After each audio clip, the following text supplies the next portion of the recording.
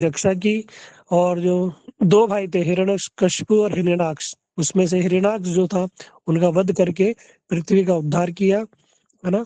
तो ये बेसिक कथा तो हम सभी लोग जानते हैं, लेकिन इस कथा के पीछे क्या सार है, क्यों भगवान ने इस प्रकार लीला की। देखो, भगवान की जो भी कथा है ना, ये सारी की सारी लीला है। भगवान क्या करते हैं, जगत में लीला करने आते हैं। जब भगवान की इच्छा होती है कि मैं भी भैया कुछ ऐसा कार्य करूं, मेरा भगवान, मेरा क्या है, किसी से किसी प्रकार का युद्ध हो, मैं वीर रस का आस्वादन करूं, है ना, मैं प्रेम रस का आस्वादन करूं, तो भगवान क्या करते हैं, विभिन्न विभिन्न लीलाएं करते हैं। इसलिए भगवान ने क्या किया, भगवान चाहते थे कि मैं वीर रस का आस्वादन करूं। वीर रस होता है कि मेरे से किसी के दो दो हाथ हो। अब ये दो दो हाथ तो तब हो ना, अब एक छोटे बच्चे को और एक बड़े पहलवान को लड़ा दो तो कोई बात बराबरी की भी नहीं, है ना। वो पहलवान तो क्या बच्चे को वैसे ही गिरा देगा। लेकिन बराबरी की बात कब होगी, जब दोनों साइड बिल्कुल पहलवान हो, है ना। वैसे तो ना कोई भगवान के बराबर है, ना कोई भगवान से श्रेष्ठ है, तब पर भी कोई बलशाली व्यक्ति हो तो भगवान को आनंद आएगा। तो भगवान ने क्या किया, दो व्यक्तियों को चुना, तो बड़ी सुंदर लीला हुई। तो भगवान के ही परिकर थे जय और विजय, है भगवान के ही परिकर है जय विजय। ये भगवान के परिकर वैकुंठ में द्वारपाल थे, है ना। और इनसे एक बार मिलने के लिए ब्रह्मा जी के चार मानस पुत्र, सनत सनत कुमार सनक सनतन, ये पहुंच गए। जब वहां पे पहुंचे तो ये अंदर जाने के लिए जाने लगे। अब छोटे बच्चे रहते हैं हमेशा 5 वर्ष के, जब अंदर जाने लगे तो इन्हें इन्हें जय विजय ने रोक दिया। अब जय विजय क्या है, उनका कार्य क्या, द्वारपाल है ना। तो उन्होंने उनको रोका कि अभी आप अंदर नहीं जा सकते, भगवान पता नहीं किस अवस्था में होंगे, तो मैं एक बार पता कर लूं फिर आप अंदर जाएंगे। तो इस प्रकार वो दो जो ऋषि थे, जो ब्रह्मा जी के मानस पुत्र, है ना, वो नाराज हो गए, चार कुमार। और उन्होंने क्या किया, उनको श्राप दे दिया, है, श्राप दे दिया कि तुमने हमारा अपमान किया है और तुम्हें वैकुंठ छोड़ के कहाँ जाना पड़ेगा, पृथ्वी लोक जाना पड़ेगा। जब इस प्रकार उनको श्राप दिया तो भगवान उपस्थित हो गए। भगवान ने आकर फिर क्या किया, उनसे क्षमा मांगी, है ना। भगवान के देखो भगवान कैसे भी हैं, बड़े दीनहीन, है ना। और उन्होंने फिर जो जय विजय थे, अब वो भगवान के परिकर भी है। देखा जाए तो वो वास्तव में अपना ही कार्य कर रहे थे, लेकिन भगवान को तो लीला संपादित करनी है। तो भगवान ने कहा कि देखो, तुम मैं तुम्हें आशीर्वाद देता हूँ कि ठीक है, तुम जाओगे, असुर योनि को प्राप्त होगे, लेकिन मेरे ही द्वारा तुम्हारा उद्धार होगा, है ना। मेरे ही द्वारा तुम्हारा उद्धार होगा। इसलिए ये जो जय विजय थे, ये इनको जन्म लेना पड़ा। सबसे पहले ये आए सतयुग में, है ना। सतयुग में ये इनका जन्म हुआ, किस कैसे कैसे जन्म हुआ, इनके विषय बड़ी सुंदर कथा आती है कि जो ऋषि थे, कश्यप ऋषि और उनकी पत्नी दिति, तो एक बार संध्या का समय था। ये इस बात को बड़े ध्यान से सुनना आप। संध्या का समय था, तो संध्या के समय में एक बार दिति ने बड़ा सुंदर श्रृंगार किया। और श्रृंगार करने के लिए जब वो देखा, उसने अपनी छवि देखी, तो जल में बड़ी सुंदर उसको लगा। तो उसके अंदर ना काम जागृत हो गया कि मैं इतनी सुंदर लग रही हूँ, और उसका मन हुआ कि मैं अपने पति का संग करूं, कश्यप ऋषि का। कश्यप ऋषि थे, संध्या का समय था, अपनी संध्या वंदना कर रहे थे। अब दिति जो है मानी नहीं, वो उनको बोलने लगी, क्या करने के लिए, कि मुझे क्या करो, मुझे पुत्र प्रदान करो, मेरा संग करो। अब जो कश्यप ऋषि थे उन्होंने समझाया, भैया ये अभी संध्या का समय है ना, और ये संध्या बेला जाने वाली है, और अभी नहीं, है ना। अभी इस समय पे भगवान का नाम लेना चाहिए। इस समय जो है शिव जी भी अपने गणों के साथ विराजमान रहते हैं, है ना। तो तुम क्या करो, अभी इस समय नहीं। तो वो मानी नहीं, जिद हट करने लगी, जिद्द करने लगी। तो कश्यप ऋषि और दिति का संग हुआ। लेकिन जब उनका संग हुआ तो बताया गया, तो जो कश्यप ऋषि थे वो जान गए। उन्होंने बोला कि देखो, हमारी दो संतानें होंगी, है ना। और हुआ भी, दो संतानें हुई, और दोनों ही क्या है, वो असुर प्रवृत्ति की। अब क्यों असुर पैदा हुए भैया, जबकि वो तो ऋषि है ना, कश्यप ऋषि है, कोई साधारण तो है नहीं। तो उनके घर में दो असुरों का जन्म कैसे हुआ। हिरण्याक्ष जो बड़ा भाई था, जिसका अर्थ होता है सुनहरी आंखों वाला, जो हमेशा ही क्या है, सुनहरी आंखों मतलब धन के प्रति, काम के उसके प्रति लोग हमेशा आकर्षण। हिरण्यकशिपु छोटा भाई था, जिसे जैसा बोला था स्वर्ण, ये सोने की गद्दी वाला, मतलब हमेशा अभिमान में चूर, है ना, इसलिए हिरण्याक्ष और हिरण्यकशिपु ये दो पुत्र हुए। तो उनके घर में ऐसा क्यों हुआ कि जब इतने, ये भगवान, ये भक्त है, ऋषि है ना, इनके घर में ऐसे दो असुरों का जन्म क्यों हुआ?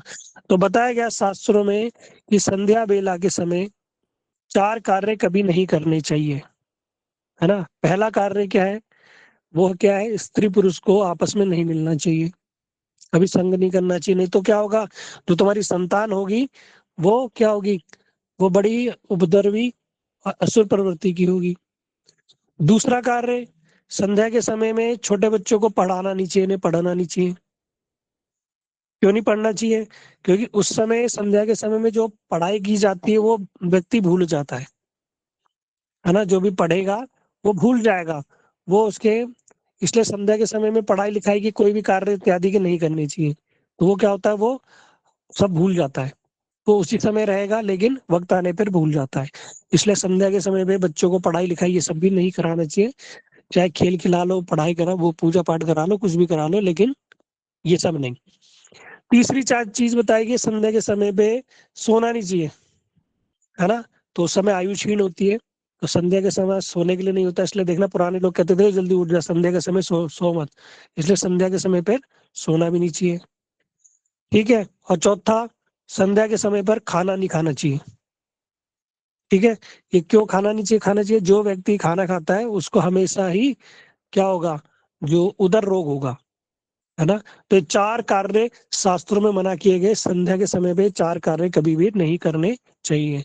लेकिन जो कश्यप ऋषि थे, जो हमारे ऋषि थे, वो सारे के सारे पहले सारे वैज्ञानिक थे, आजकल के वैज्ञानिक फेल है, तो उन्होंने समझाया भी दीति को, लेकिन दीति नहीं मानी, और उनके प्रभाव से क्या हुआ कि बड़े खतरनाक दो असुर उनके घर में जन्म हुए।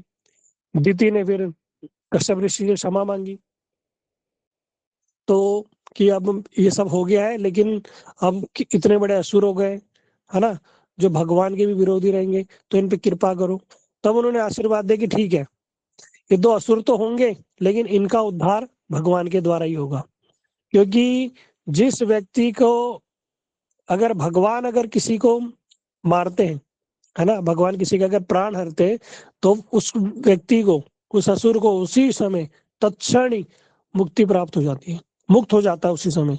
जिस मुक्ति को प्राप्त करने के लिए बड़े बड़े लोग तपस्या करते हैं, ये करते हैं, वो भगवान के हाथों मरने से ही उसको मुक्ति प्राप्त हो जाती है। आप लोगों ने देखा होगा, जो हमारे जो सीरियल्स के अंदर भी, जो रामायण इत्यादि या फिर श्री कृष्ण नाटक इत्यादि में, कि भगवान कृष्ण ने जिसका भी सुदर्शन चक्र से वध किया, उसी समय उसका जो प्रकाश, उसकी जो जीवात्मा थी भगवान में विलीन हो गई, है ना, मुक्ति मोक्ष को प्राप्त हो जाता है ना। इसलिए कहा भी जाता है कि कुछ कुछ जगह बताया जाता है शास्त्रों में कि जो रावण था, बड़ा पंडित पंडित बड़ा विद्वान था, है ना, तो उसने क्या, वो तो क्या जानता था कि वैसे तो मेरा उद्धार होगा नहीं, तो क्या करूं, मैं भगवान का विरोधी बन जाता हूँ, भगवान के द्वारा मुझे मृत्यु प्राप्त होगी और मेरा उद्धार हो जाएगा, और अपने पूरे परिवार का उसने वध करवा दिया राम जी के हाथों। क्यों? क्योंकि इनके हाथ मरने पे क्या होगा, मेरा भी उद्धार हो जाएगा, मेरा भी कल्याण, और मेरे परिवार का भी हो जाएगा।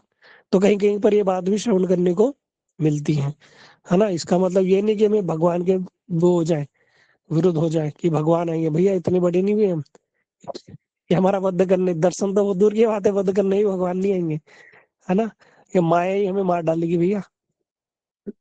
तो वो बहुत बड़े असुर थे, तो फिर उनको कश्यप ऋषि का आशीर्वाद मिला कि ठीक है, इनका भगवान के द्वारा ही इनको, इनका वध होगा। तो सबसे पहले ये आए हिरण्यकशिपु और हिरण्याक्ष के रूप में, है ना। अब जो हिरण्यकशिपु था, जानता था कि ऋषि मुनि ये बड़े तपस्वी होते हैं, ये क्या करेंगे, तप साधन करके और भगवान को प्रसन्न कर लेंगे, शक्ति अर्जित कर लेंगे, है ना। तो उसने क्या किया, हिरण्याक्ष ने, उसने जा क्या किया, पृथ्वी को छुपा दिया, कहीं कहीं पे वर्णन मिलता है रसातल में, लेकिन बताया गया वो रसातल से भी जो नीचे है, जो गर्भोदक्षाई सागर है, उसके अंदर उसने पृथ्वी को छुपा दिया।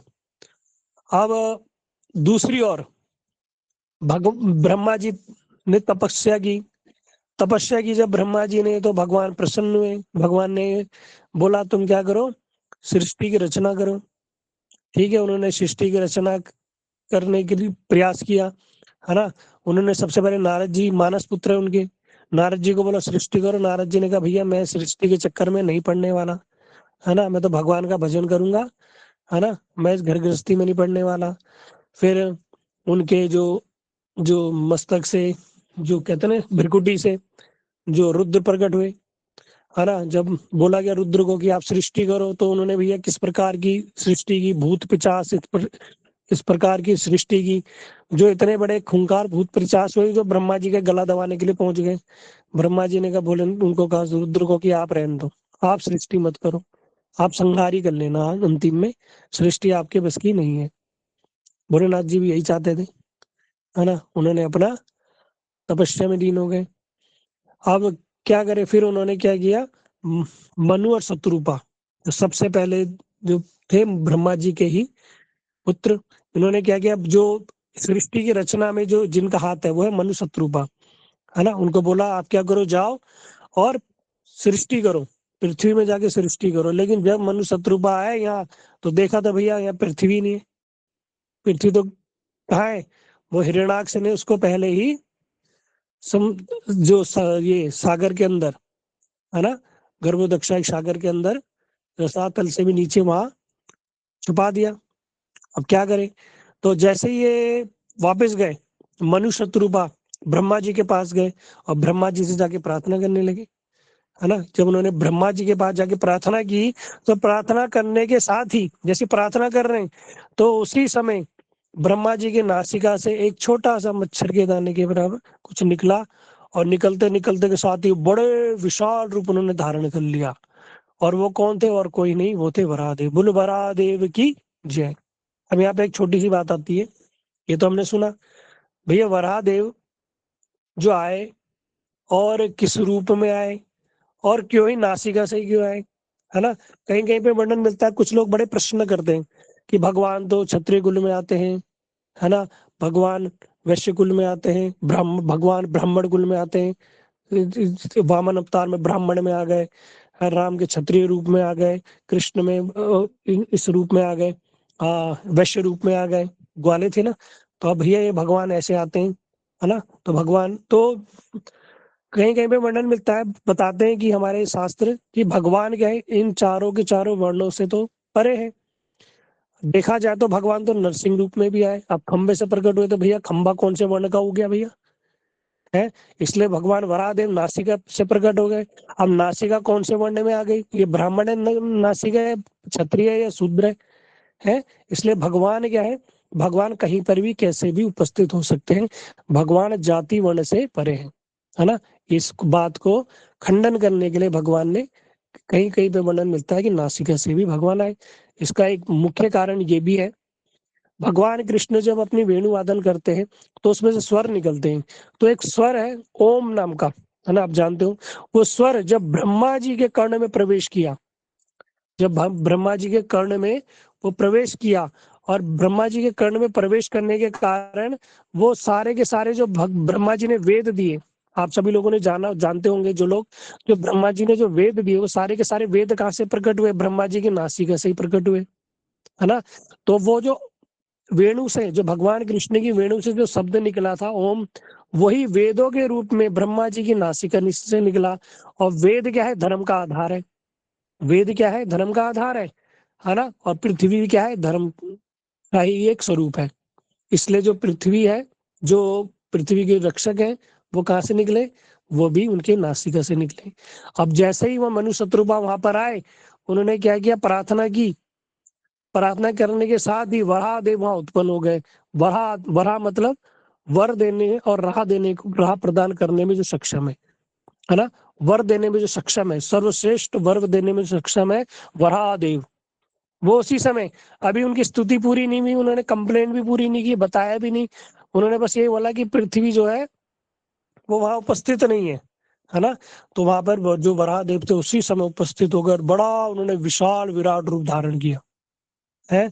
और जो पृथ्वी है, वो कौन है, भूदेवी, वो उनकी ही पत्नी है ना, उनकी पत्नी है।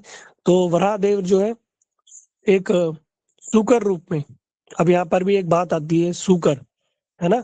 आप लोगों ने देखा होगा एक होता है सुअर और एक जंगली सुअर। अभी हम साधारण रूप में हम लोग बोलते हैं ना, सुअर बोलते हैं और जंगली सुअर बोलते हैं, सभी लोग जानते होंगे। लेकिन आप लोग ढंग से अगर कभी जानोगे या देखोगे तो सुअर और ये वराह, ये दोनों अलग अलग होते हैं। ये दोनों अलग अलग हैं। जो वराह है उसको इंग्लिश में बोला जाता है बोर, है द डिवाइन बोर। और जो सुअर है उसको बोला जाता है पिग, है। दोनों में अंतर है, एक तो नाम में भी अंतर है। दूसरा जो वराह होता है, वराह के आप लोग देखोगे उसके दांत होते हैं, मतलब आगे सींग समझ जैसे होते हैं, जैसे वराह देव का था जिसमें उन्होंने पृथ्वी को धारण किया। आप लोगों ने देखा होगा वराह देव ने अपने जो सींग थे, है ना, उनके ऊपर क्या किया, पृथ्वी को धारण किया। लेकिन सुअर के कभी सींग नहीं होते। वराह जो है ना वो पवित्र माना जाता है, और सुअर के में जो है वो अपवित्र माना जाता है। वराह जो है, वराह देव, ये जंगलों में रहते हैं और जड़ी बूटियां खाते हैं। जो पेड़ों की जड़ी बूटियां होती है ना, ये उनको खाते हैं। सुअर क्या खाता है, ये गंदी गंदी चीजें खाता है ना। जो वराह है ये जिस स्थान पर रहते हैं, जिस मिट्टी को खोदते हैं वो पवित्र मानी जाती है। लेकिन जो सुअर जहाँ रहता है वो स्थान अपवित्र माना जाता है ना। तो इसलिए आप बहुत सारे लोग इस चीज में बड़े कंफ्यूज रहते हैं। तो वराह और सुअर ये दोनों अलग अलग होते हैं। कुछ लोगों ने देखा होगा जैसे उत्तराखंड जैसे जो राज्य है, वहाँ पहाड़ों में ये वराह पाए जाते हैं, है ना। और सुअर जो है वो तो कॉमन कहीं पर भी, गली कूचे में कहीं भी मिल जाएंगे।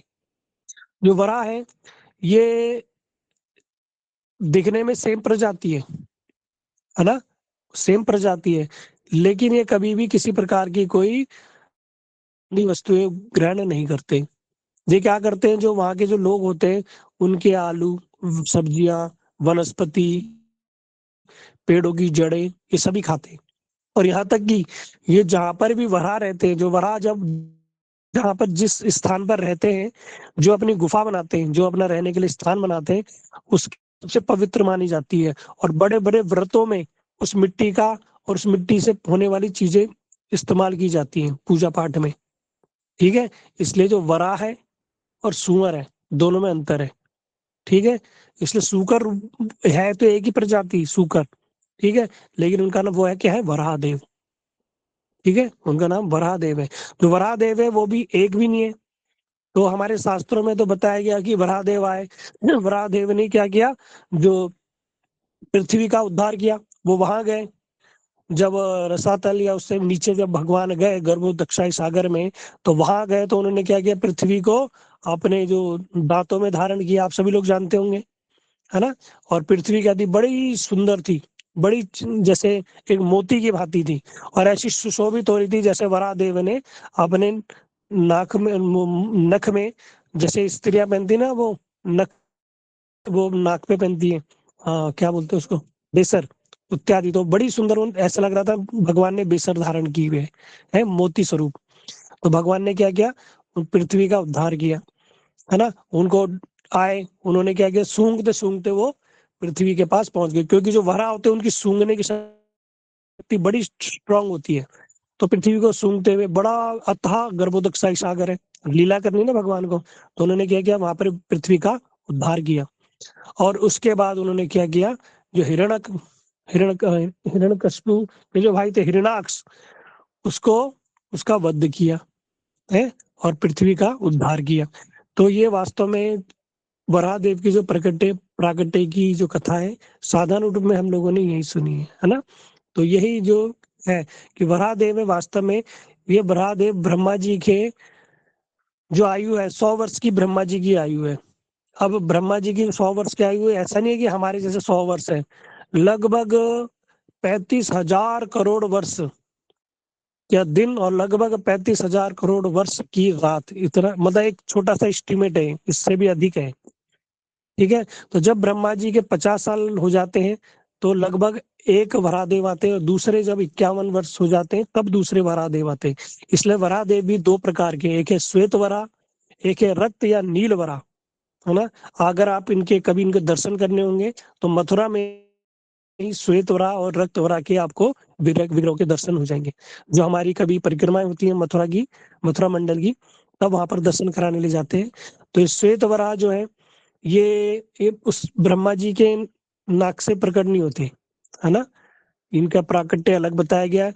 जो अगस्त ऋषि थे उन्होंने कहीं पर श्राप दे दिया था और पृथ्वी जो थी वो जल मग्न हो गई थी, तब वराहदेव वहां पर आए थे अपनी पत्नी की रक्षा करने के लिए, भूदेवी की। तो उन्होंने क्या किया, वहां से पृथ्वी का उद्धार किया था। तो श्वेत वराह थे। जो अभी हम लोग कथा श्रवण करते हैं जिसमें ब्रह्मा जी के नासिका से वराहदेव प्रकट हुए थे जिन्होंने पृथ्वी का उद्धार किया और हिरणाक्ष का वध किया, वो रक्त या नील वराह थे। ठीक है। तो इस प्रकार की ये सब कथाएं हैं। तो आज जो है बड़ी विशेष तिथि है, क्योंकि आज ही के दिन जो वराह देव का प्राकट्य हुआ, आज ही के दिन वो इस धराधाम पे आए और उन्होंने क्या किया, जो पृथ्वी का उद्धार किया, है ना। और हम जैसे बद्ध जीवों पे कृपा की। इसलिए जो वराह देव है ना, वर देने में सक्षम है। वो अगर कोई हृदय से उनसे प्रार्थना करता है वराह देव से, तो वराह देव क्या करते हैं, इच्छाओं को पूर्ण करते हैं, है ना। वो वर देने में सक्षम है, स्वयं विष्णु तत्व है ना। तो इसलिए जब जब अधर्म बढ़ता है ना, किसी प्रकार का अधर्म बढ़ता है, तो भगवान अपने भक्तों की रक्षा करने के लिए, है ना, और धर्म की रक्षा करने के लिए, क्योंकि धर्म का स्वरूप है पृथ्वी, तो उनकी रक्षा करने के लिए भगवान क्या करते हैं, अवतरित होते रहते हैं समय समय पर, है ना। वो धर्म को कभी भी हावी नहीं होने देते और भक्तों से बड़ा प्रेम करते हैं। भक्तों की रक्षा करने के लिए भगवान हमेशा किसी भी रूप में, किसी भी स्वरूप में आने के लिए प्रस्तुत रहते हैं। इसलिए जो भगवान ने क्या किया, सर्वप्रथम हिरण्यकशिपु और हिरण्याक्ष का वध किया, है ना, क्योंकि उनका पहला जन्म हुआ था। तो उसके बाद फिर उनको दूसरे जन्म में आए। फिर दूसरा जन्म कौन बताएगा, वो उनका हिरण्यकशिपु और हिरण्याक्ष का जो जय विजय थे वो किस स्वरूप में आए, आप लिख के मैसेज में बता सकते हो। हाँ जी, ममता सती बताओ। कुंभकर्ण और रावण। हरे कृष्ण प्रभु हाँ जी। जी, ठीक है। तो दूसरे उसमें वो कुंभकर्ण और रावण बन के आए। तीसरा उनका जो जन्म हुआ, फिर वो क्या बन के आए द्वापर युग में, कौन बताएगा। हाँ जी, अनुराधा दासी बताओ। हरे कृष्ण प्रभु जी, दंडवत प्रणाम। कंस और वो क्या नाम था उनका? गलत, रहने दो, पहले गलत बता रहे कुंभकर्ण। हो। नहीं, रेशु वर्मा। हरे कृष्ण प्रभु जी, शिशुपाल और दंतवक्र। हाँ, शिशुपाल और दंतवक्र। जब जो चीज हमें पता हो वही चीज बतानी चाहिए, ऐसे तुक्के नहीं मारनी चाहिए कुछ भी। कंस कहीं पर वर्णन ही नहीं कंस का। कंस तो भगवान कृष्ण के मामा थे, वो कहाँ से आ गए जय विजय बन के। तो शिशुपाल और दंत वक्र ये दोनों थे, यही हिरण्यकशिपु और हिरण्याक्ष, और यही जय और विजय थे। तो इनका 3 जन्म में भगवान ने क्या किया, इनका इनका भगवान ने इनका उद्धार किया। लेकिन जब ये तीनों गए तो हमेशा इन्होंने प्रार्थना की कि प्रभु हमने क्या किया, हमने अभी हमें आपके विरोधी रहे, है ना। लेकिन फिर भगवान ने इनको दोबारा एक अवसर दिया कि कलयुग में भी तुम आना, और कलयुग में भी तुम आओगे, तुम क्या होगा, तुम्हें तुम्हारा उद्धार होगा, और तुमने जो हमारे जो भी अपराध है वो सारे के सारे अपराध भी क्षमा हो जाएंगे।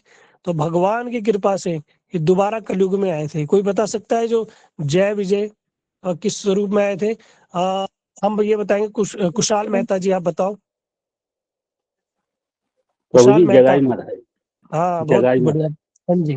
तो ये कलयुग में जगाई मदाई के स्वरूप में आए थे और ये बहुत ही दुराचारी थे। स्टार्टिंग में इन्होंने बड़ा दुराचार किया, लेकिन जब इन्होंने भगवान चैतन्य महाप्रभु ओ बलदेव नित्यानंद प्रभु और हरिदास ठाकुर जब इनके पास आए थे, नित्यानंद प्रभु जी कौन है, बलदेव प्रभु, वो जीवों पर हमेशा कृपा करना चाहते हैं।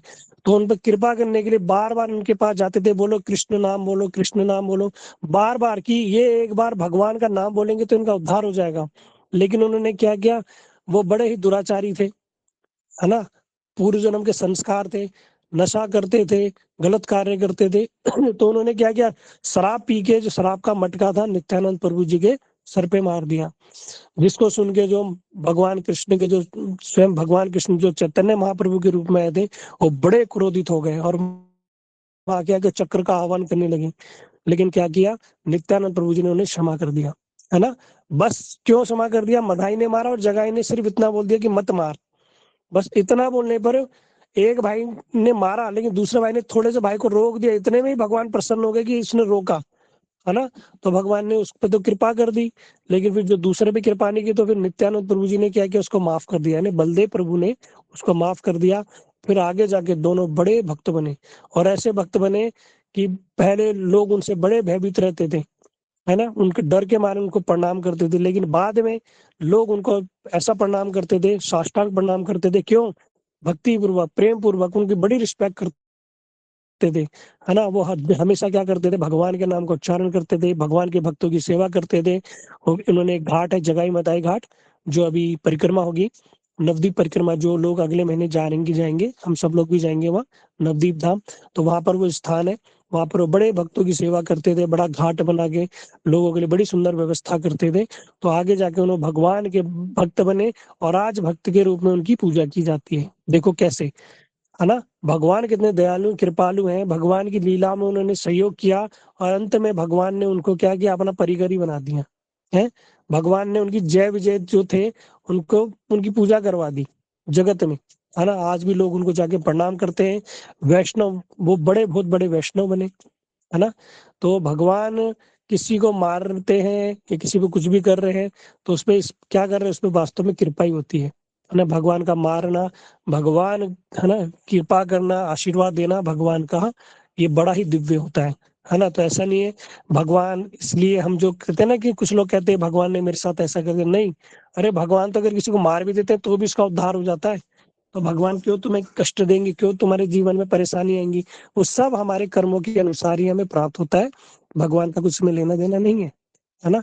इसलिए जो वरादेव है वो आए, और उन्होंने क्या किया, पूरी पृथ्वी का उद्धार किया, पूरी पृथ्वी का कल्याण किया, इसलिए हम लोग उनके ऋणी है ना। इसलिए आज उनकी तिथि है, इसलिए हम सब लोगों ने उनकी तिथि का पालन किया।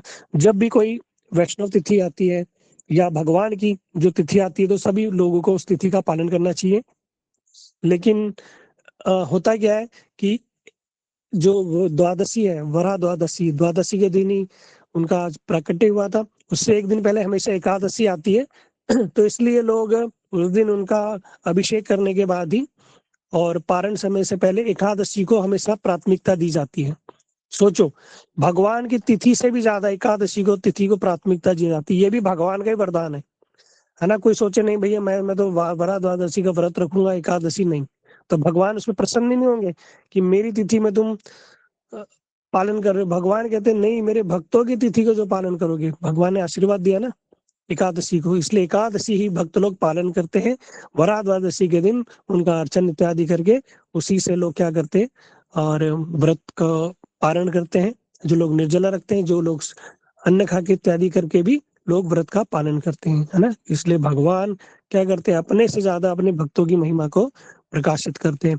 इसलिए जो सब सब जो जगत में अभी हम लोगों ने हर विष्णु तत्व के विषय में श्रवण किया, भगवान जन्माष्टमी के बारे में हम सुनते हैं, वामन द्वादशी, वरा द्वादशी, लेकिन एक कल जो है, कल एक विशेष भगवान की एक लीला होती है। कल है भगवान के अभिन्न स्वरूप, भगवान जैसे श्याम वर्ण के हैं, अब भगवान के जो अभिन्न स्वरूप जो गौर्ण वर्ण के हैं, जो जिनको बलदेव प्रभु, बलराम प्रभु, नित्यानंद प्रभु जी के नाम से जानते हैं, कल उनका आविर्भाव दिवस है ना। वही अखंड गुरु तत्व है। तो कल जो भक्त लोग हैं, जो गौड़ी वैष्णव लोग हैं, वो क्या करते हैं, उनके लिए फास्ट रखते हैं, व्रत रखते हैं, उनकी कृपा प्रार्थना के लिए, है ना, व्रत इत्यादि का पालन करते हैं। तो जो लोग दीक्षित हैं, उनको तो अवश्य ही व्रत कल का पालन करना चाहिए। जैसा हम एकादशी का व्रत पालन करते हैं, वैसा ही हम जो नित्यानंद त्रयोदशी का व्रत का पालन करते हैं, और ये हमें भक्ति में आगे बढ़ाने के लिए बल प्रदान करते हैं। नित्यानंद प्रभु जी को ने बलदेव, ये बल प्रदान करते हैं। तो जो भक्ति में कह रहे हैं ना, बड़े बलहीन हो गए, हमारी भक्ति नहीं हो रही, उत्साह खत्म हो गया, है ना, तो वो बलदेव प्रभु क्या करते हैं, बल प्रदान करते हैं। इसलिए कल जो लोग जिनका हरि नाम दीक्षा इत्यादि हो गया है, वो और बाकी जो लोग भी रखना चाहें तो वो लोग रख सकते हैं, है ना।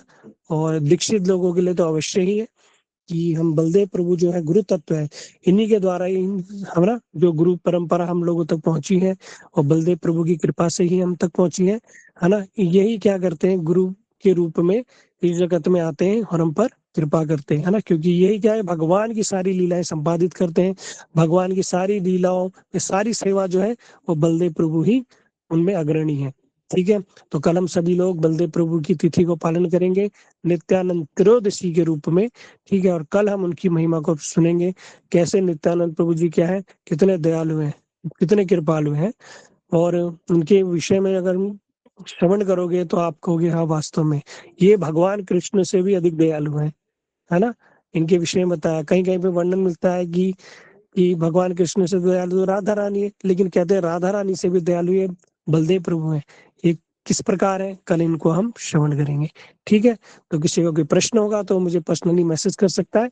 तो आज समय हो चुका है, और आप सभी लोगों का समय देने के लिए बहुत बहुत धन्यवाद, और प्रयास किया करो आप सभी लोग कि समय पर आने के लिए, क्योंकि हम लोग समय पर ही कथा को विश्राम दे देते हैं, इसलिए आप समय पर आइए और समय पर जाइए। ठीक है, अपना भजन साधन कीजिए और जीवन को सार्थक कीजिए। बोलो वरा द्वादशी की जय, बोलो नित्यानंद जय। प्रभु की जय।